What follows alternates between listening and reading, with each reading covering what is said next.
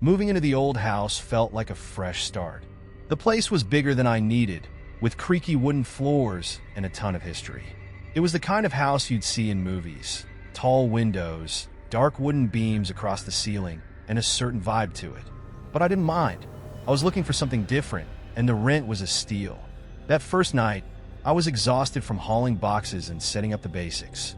I didn't even have half my stuff unpacked, but I figured I'd deal with that in the morning.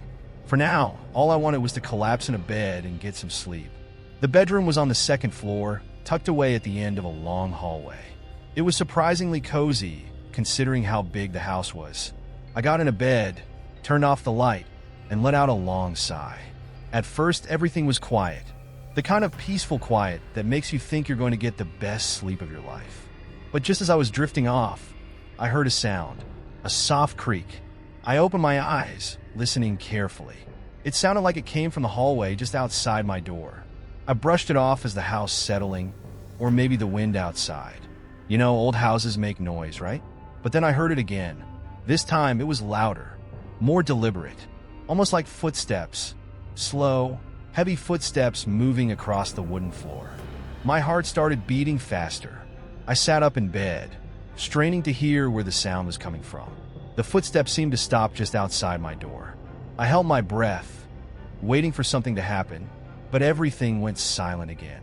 "It's nothing," I whispered to myself, trying to calm down. "Just the house settling." I lay back down, pulling the blankets up to my chin, but my eyes kept darting toward the door. I listened for what felt like hours, but the footsteps didn't come back. Eventually, exhaustion won, and I fell into a restless sleep. The next morning, I convinced myself that I had overreacted. It was probably just the wind, or maybe my mind playing tricks on me because I was so tired. I'd been working all day, after all. Still, I couldn't shake the uneasy feeling that something wasn't right. That day, I decided to explore the house a bit more. There were a lot of rooms I hadn't really checked out yet, and I figured getting familiar with the place would make me feel more at ease.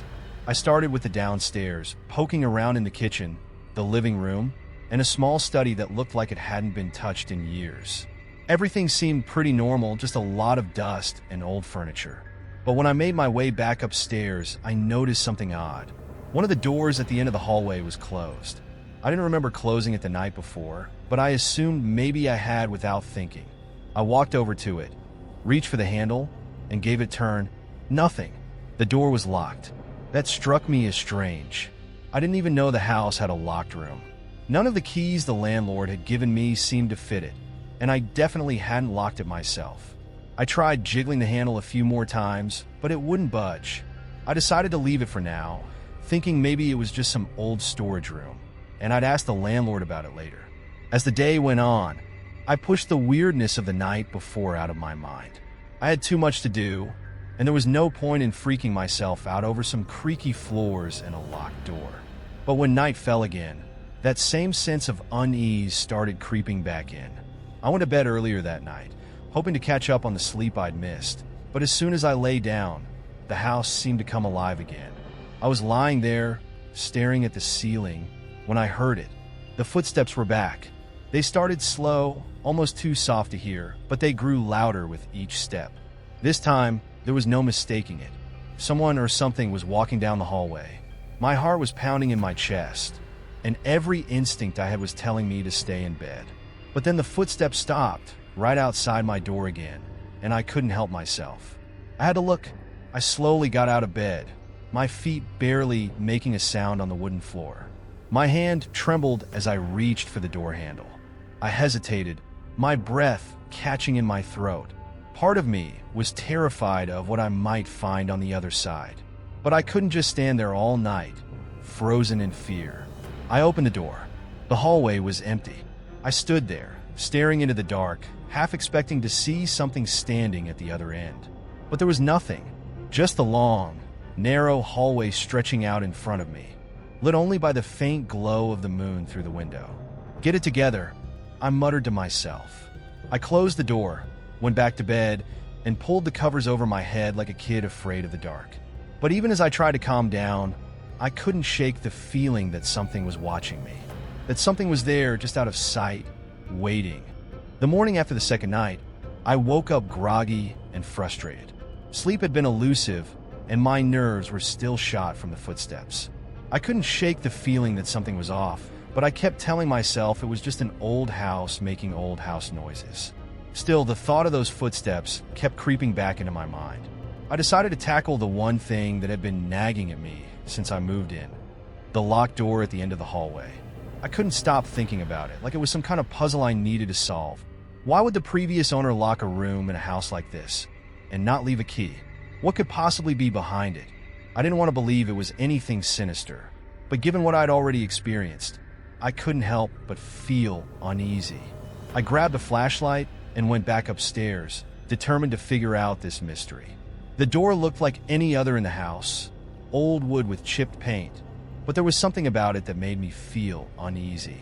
I tried the knob again, as if maybe it would magically open this time. Of course it didn't. It was still stuck tight, refusing to budge. I spent the next hour searching the house for anything that might help. Keys, tools, anything to get that door open. I looked through drawers, rummaged through closets, even checked under the floor mats, but I came up empty. It was like the key didn't exist. Frustrated, I went back to the door and stared at it, as if it was mocking me. For the rest of the day, the locked door loomed in the back of my mind.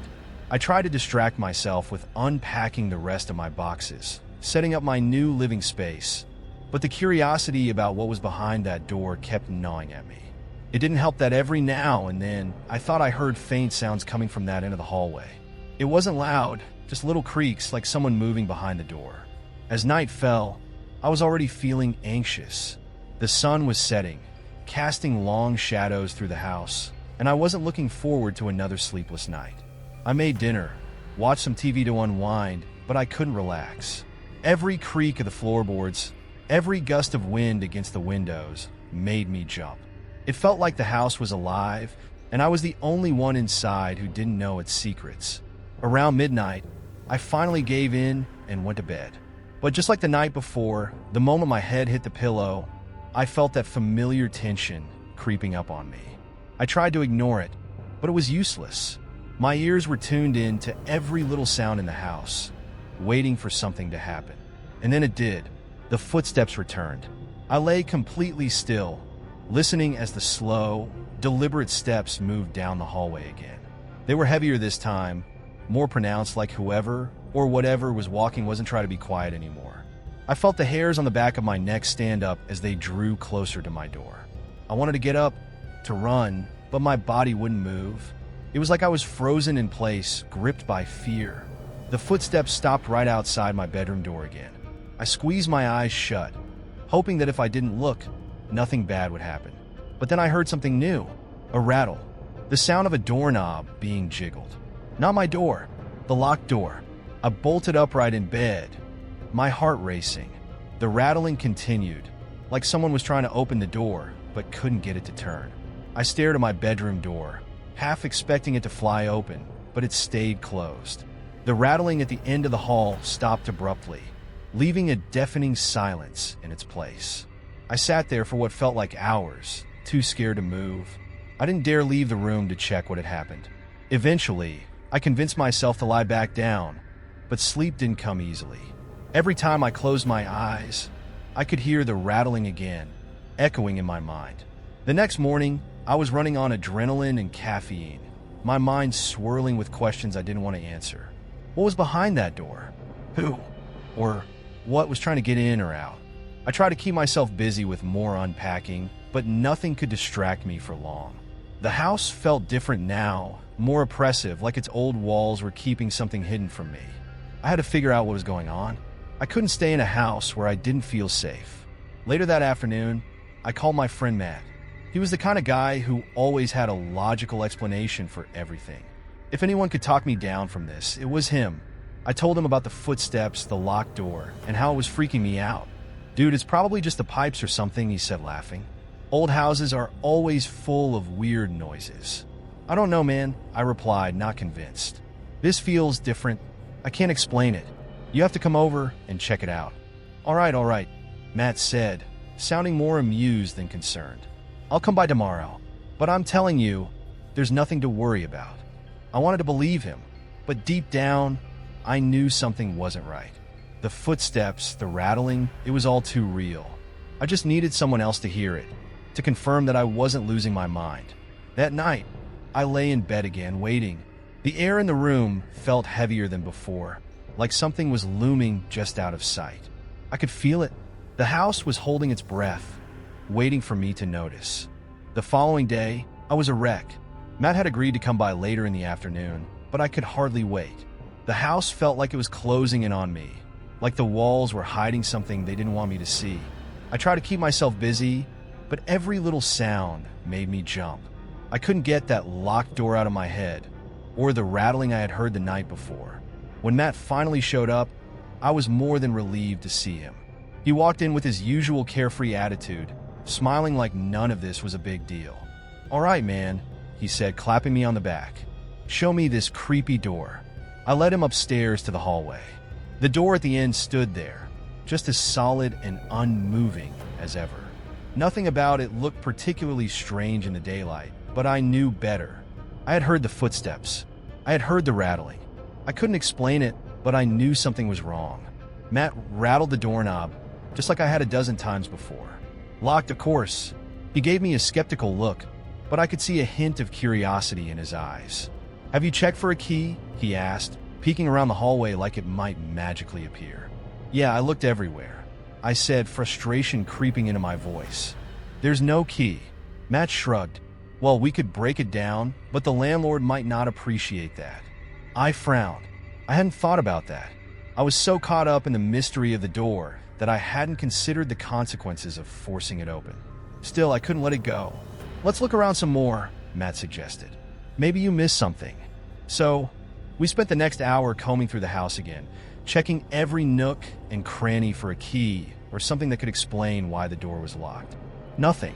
Just more dust and old furniture. I was starting to feel defeated. Maybe I really was overthinking this whole thing. But then, as I was rifling through a drawer in the kitchen, Matt called out from the living room. "Hey, I found something." I rushed in to see him holding up an old key.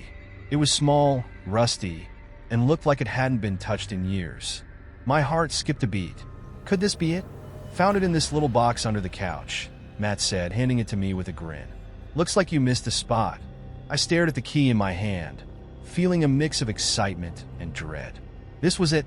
I was finally going to see what was behind that door.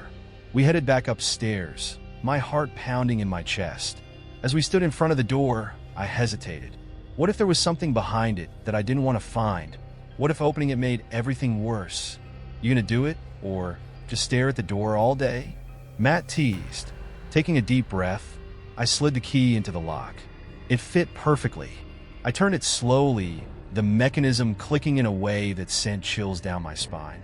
The door creaked as it swung open, revealing darkness. Matt grabbed his phone and turned on the flashlight. We stepped inside. The room was small, barely big enough to call it a room. Dust coated everything, and the air was thick with a stale smell like it hadn't been disturbed in years. But the strangest part? It was empty. Completely empty, except for a large mirror leaning against the far wall, covered with a sheet. "Seriously?" Matt muttered. "All this for a mirror?" I didn't say anything.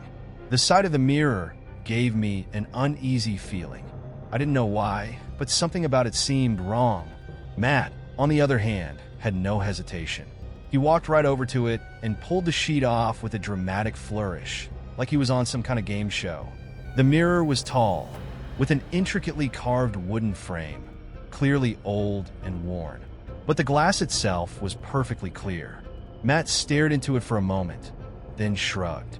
"Well, that's kind of a letdown," he said, turning to look at me. I was expecting, I don't know, something cooler than an antique mirror.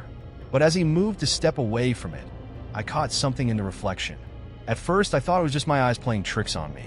But no, there was someone in the mirror standing just behind Matt. I gasped. "Matt, stop. Look." He froze, turning back to the mirror. His face paled as he saw it too. A shadowy figure, faint but unmistakable, was reflected in the glass. It didn't move, just stood there watching us. "What the hell?" Matt whispered, backing away from the mirror. I felt my skin crawl.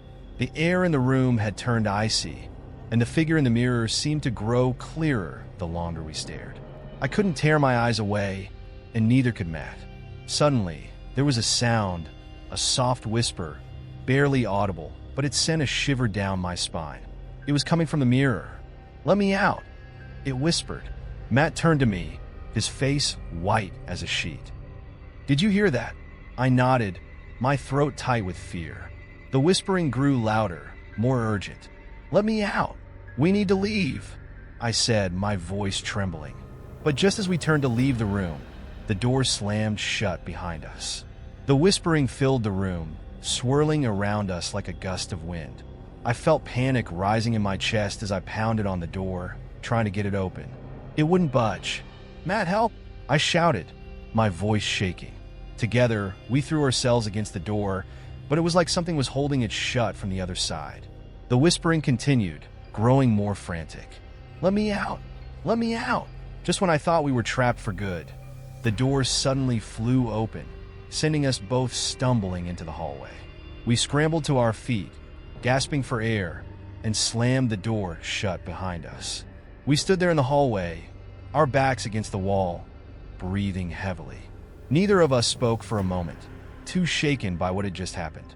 Finally, Matt broke the silence. "We're getting rid of that mirror." After the incident with the mirror, Matt and I sat in the living room, both of us still shaken. The house felt unnervingly quiet, like it was watching us, waiting to see what we'd do next.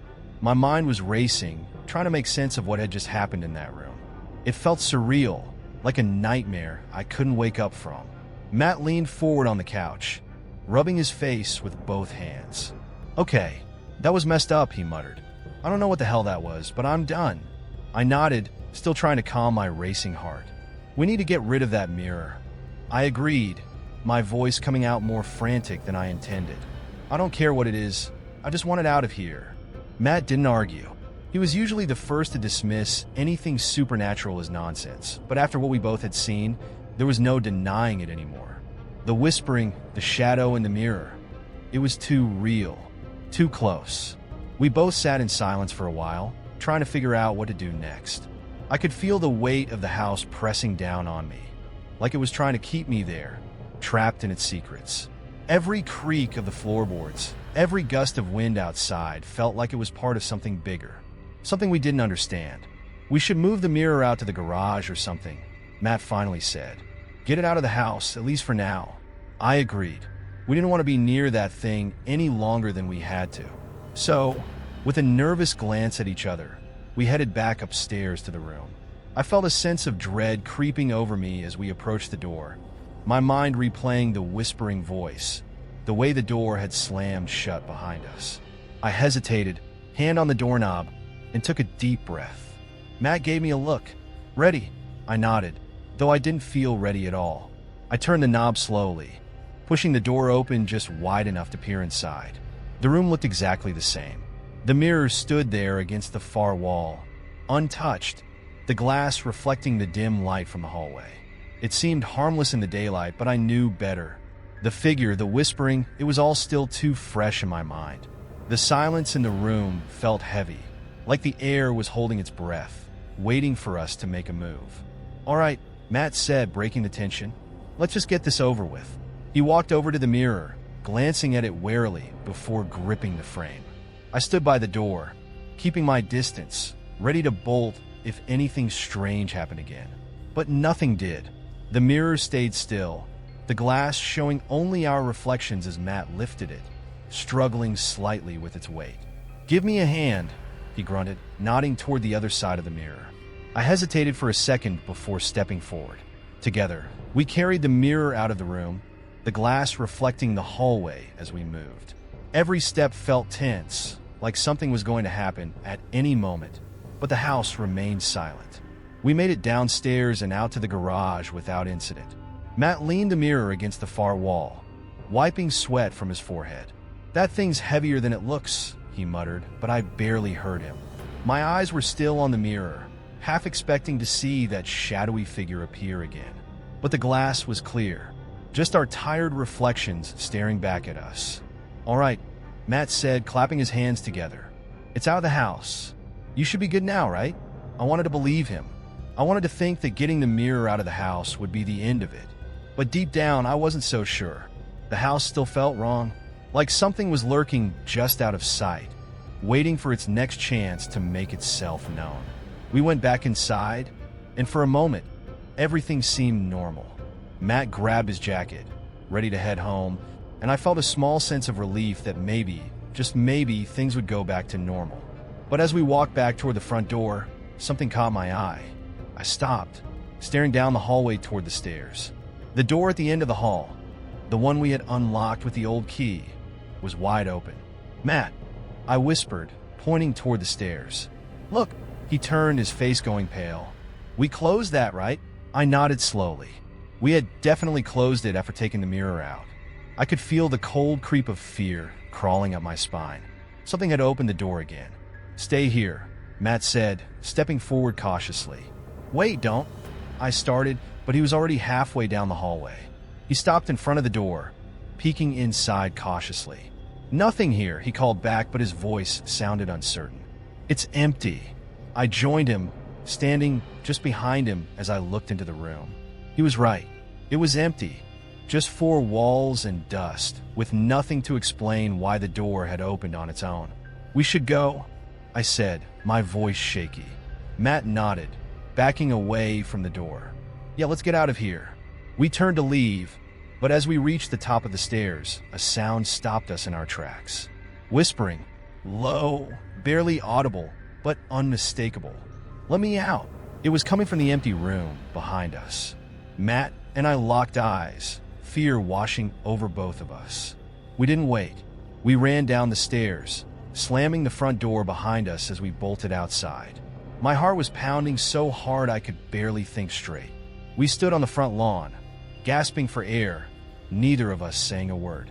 The house loomed behind us, silent and dark, but we both knew it wasn't over. Whatever was in that room, whatever was behind that whispering, it wasn't done with us yet. After the terrifying events of the previous night, I spent the entire day trying to make sense of what had happened. My mind was a tangled mess of fear, confusion, and doubt. Matt and I had seen things no one would believe. Hell, I barely believed it myself, but I couldn't ignore it anymore. Something was in that house. Something that didn't belong, something that had been waiting behind that locked door. I wanted to leave, just pack my things and go. But the house, it was like it had its claws in me. The more I thought about leaving, the more I felt this strange pull, like I had to stay. I had to know what was going on. It wasn't just curiosity, it was deeper than that. It was like the house didn't want to let me go. Matt had left earlier in the morning, clearly spooked, but doing his best to play it off. He didn't talk much about what had happened, only repeating that the mirror needed to stay out of the house and that I should stay out of that room. His parting words echoed in my mind. "Get out of here if you can, man. This place isn't right." I knew he was right, but I couldn't leave. Not yet. That afternoon, I forced myself to go back upstairs. The house was quiet, eerily quiet. It felt like even the walls were holding their breath, waiting to see what I would do. I stood at the end of the hallway, staring at the door to the room where the mirror had been. It was still open, just like we had found it the night before, as if inviting me in. Every part of me screamed not to go back in there, but I couldn't help myself. Slowly, I stepped toward the door, my heart pounding in my chest. The air felt colder as I approached, and a familiar chill crept down my spine. My hand shook as I pushed the door open wider, revealing the empty room inside. It looked just as it had the day before, dusty, barren, and devoid of anything that could explain the strange events. But something was different. The air felt thick, oppressive, like something was hiding just beneath the surface. I stepped into the room, the floor creaking beneath me, and felt that overwhelming sense of being watched. I couldn't see it, but I knew something was there. My eyes flicked to the spot where the mirror had been. The space was empty now, but I could still feel its presence, like a shadow that refused to leave. My thoughts raced, trying to piece together the puzzle. The footsteps, the whispering, the figure in the mirror, it all led back to this room. But why? What had we unleashed? As I stood there, a soft sound caught my attention. At first, I thought I was imagining it, but then I heard it again, whispering. It was faint, like it was coming from far away, but it was unmistakable. "Let me out." The words sent a jolt of fear through me. It wasn't just the voice, it was the desperation behind it. Whoever or whatever was whispering didn't just want out. It needed out. I backed toward the door, my pulse racing. But before I could leave, something caught my eye. In the far corner of the room, where the shadows were deepest, something glimmered. It was subtle, barely noticeable, but it was enough to stop me in my tracks. I stepped closer, squinting in the dim light. A small object lay half buried under a layer of dust. I crouched down, brushing the dirt away, and found what looked like an old key. It was ornate, rusted with age, and as I picked it up, a strange sense of dread washed over me. This wasn't just any key. It felt significant. My mind raced. Could this be the key to something? Another locked door? Maybe something deeper within the house that we hadn't discovered yet? I didn't want to stay in the room any longer, so I slipped the key into my pocket and quickly left, pulling the door shut behind me. My heart was still pounding as I made my way downstairs, trying to make sense of what I'd found. There weren't any other locked doors in the house, or at least none that I had noticed. But something about that key felt important, like it was connected to the whispers, the mirror, and whatever had been haunting the house. I tried to distract myself by making dinner, but I couldn't shake the feeling that the key was burning a hole in my pocket. I kept checking it, as if I expected it to disappear or change shape. The weight of it was unsettling, like I was carrying around a piece of the house's dark history with me. That night, I barely slept. Every time I closed my eyes, I saw the shadow in the mirror, heard the whispering in the back of my mind. I kept the key on the nightstand, within reach, but its presence was more unsettling than comforting. At some point in the early hours of the morning, I heard it again, the footsteps. Slow, deliberate, coming from the hallway. My blood ran cold as I sat up in bed, listening. The footsteps didn't stop outside my door this time. They kept going, moving toward the end of the hallway, toward the room. I threw the blankets off and jumped out of bed, my heart pounding in my chest. I couldn't let this continue. I couldn't keep living like this, trapped in a nightmare that never seemed to end. Grabbing the key, I bolted out of my room and into the hallway. The door at the end of the hall was open again. I hesitated for a moment, my hand tightening around the key. The house was silent, but I could feel it. Something was waiting for me in that room. Slowly, I stepped forward, each step heavier than the last. The closer I got, the colder the air became, until it felt like I was walking through ice. When I reached the door, I stopped. My hand trembled as I pushed it open, the old wood creaking under my touch. The room was empty. No shadows, no whispers. Just the cold, suffocating silence. But then something caught my eye, a small, almost invisible crack in the far wall. It was subtle, barely noticeable, but as I stared at it, I realized it wasn't just a crack. It was a seam, a hidden door.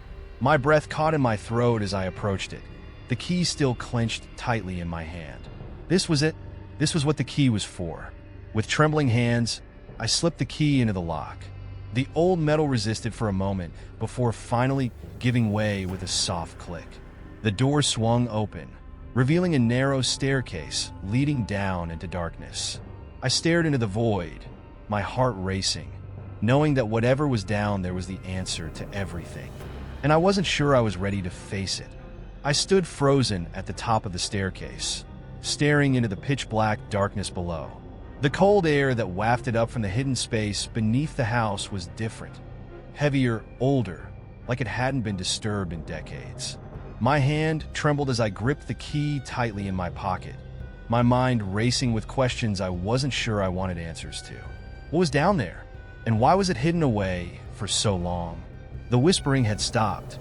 The house had fallen into an unsettling silence, almost as if it knew I was about to uncover whatever secret it had been guarding.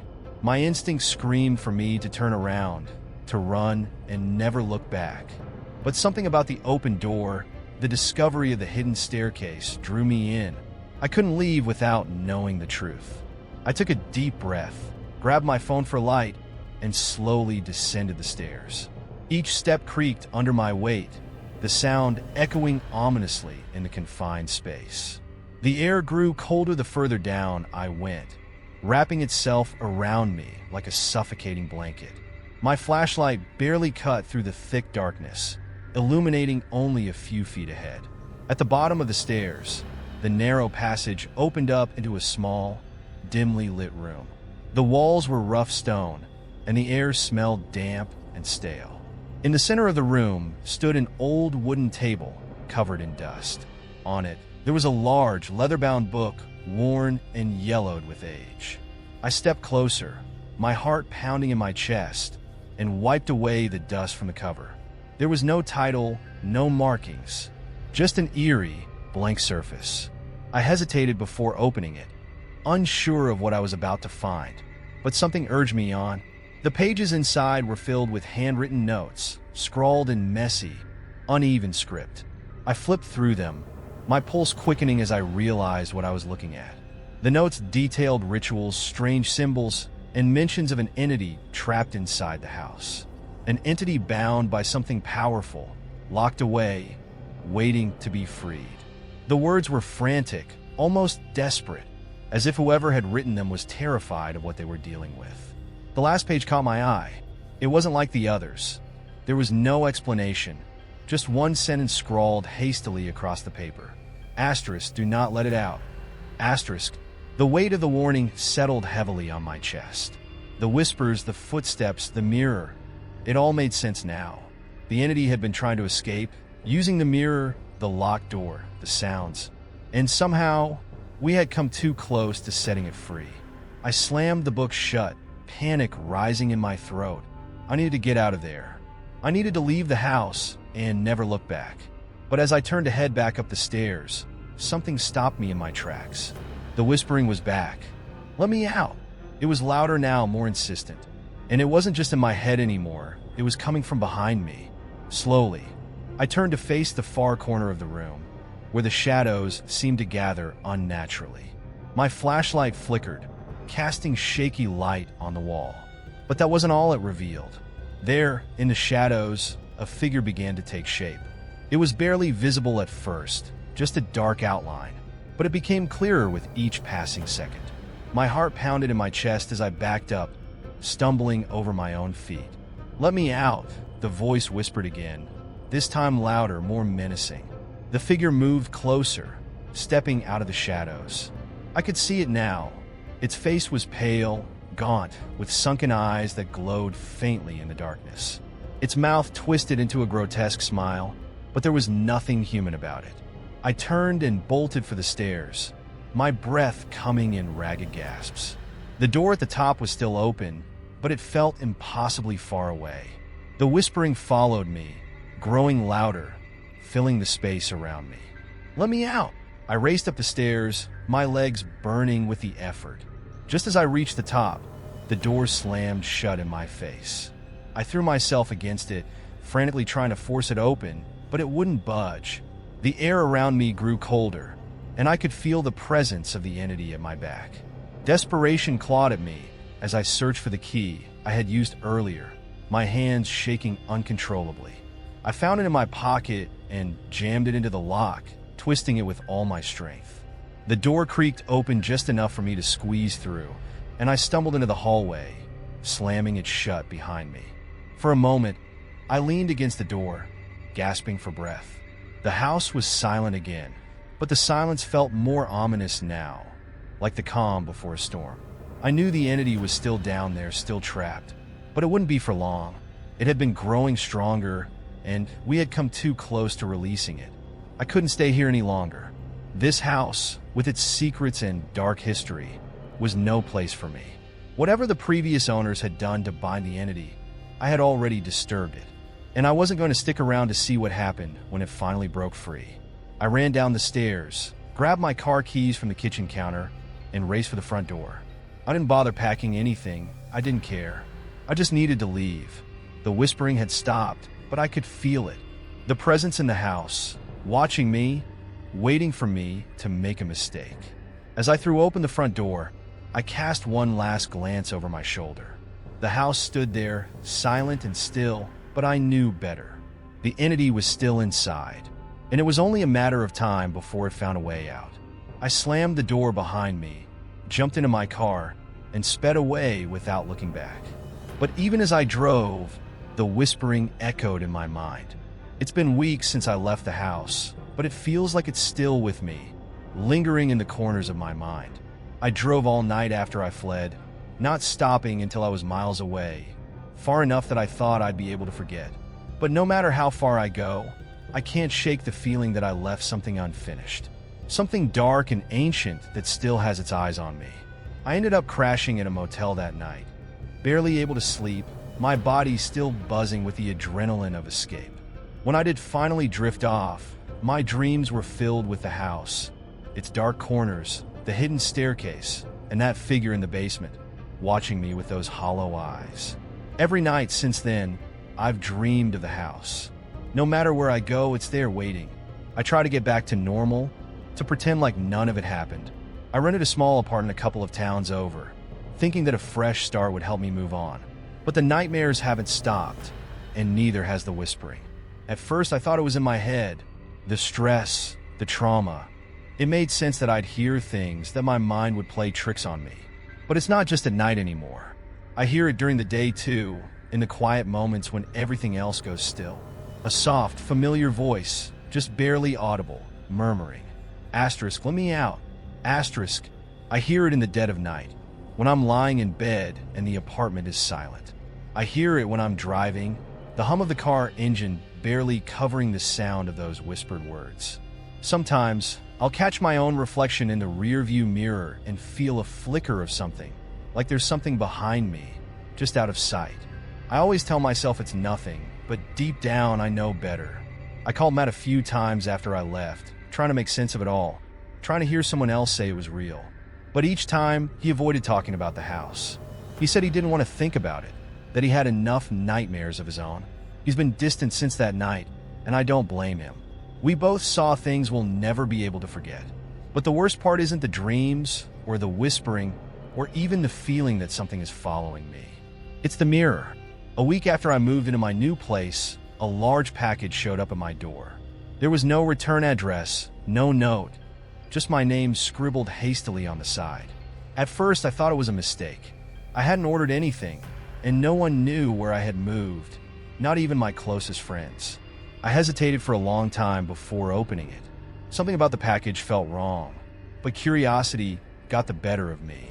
When I finally tore the box open, my stomach dropped. Inside, wrapped in layers of old newspaper, was the mirror from the house.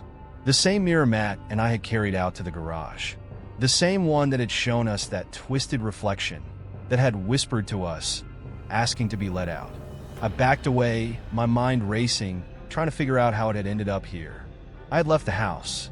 We had put the mirror in the garage. There was no reason, asterisk, no way, asterisk. It should have found its way to my doorstep. I wanted to destroy it, to shatter the glass and be rid of it forever. But something stopped me. Maybe it was fear. Maybe it was the feeling that breaking it would only make things worse. I didn't want to know what might happen if I did. So instead, I shoved it in the back of a closet, covered it with an old blanket, and tried to forget about it. But it's still there, waiting. And I swear, sometimes when I walk past that closet, I can hear the faint sound of whispering, like someone is standing just behind the door, their voice muffled but insistent. Asterisk, let me out. Asterisk, I haven't opened that closet since. I've thought about getting rid of the mirror, about driving it out to some remote spot and leaving it there, but part of me knows that won't work. It found me once. It will find me again. I can't escape it. Now I live with the constant weight of the house and the mirror, the feeling that I'm being watched, followed, even here in my new apartment. I've considered leaving town, disappearing entirely, but I know deep down that no matter where I go, it won't be far enough. The thing we let loose in that house is still out there, and I fear that the mirror is the only thing keeping it at bay. Maybe that's why it followed me. Maybe it knows I'm the last one who can stop it from getting out. But how long can I keep it locked away? How long can I ignore the whispers, the dreams, the presence lurking just out of sight? One of these days, I'm afraid I'll give in. I'll open the closet, pull back the blanket, and stare into the mirror again. And when I do, I'm terrified that the voice will stop asking to be let out, because it will already be free.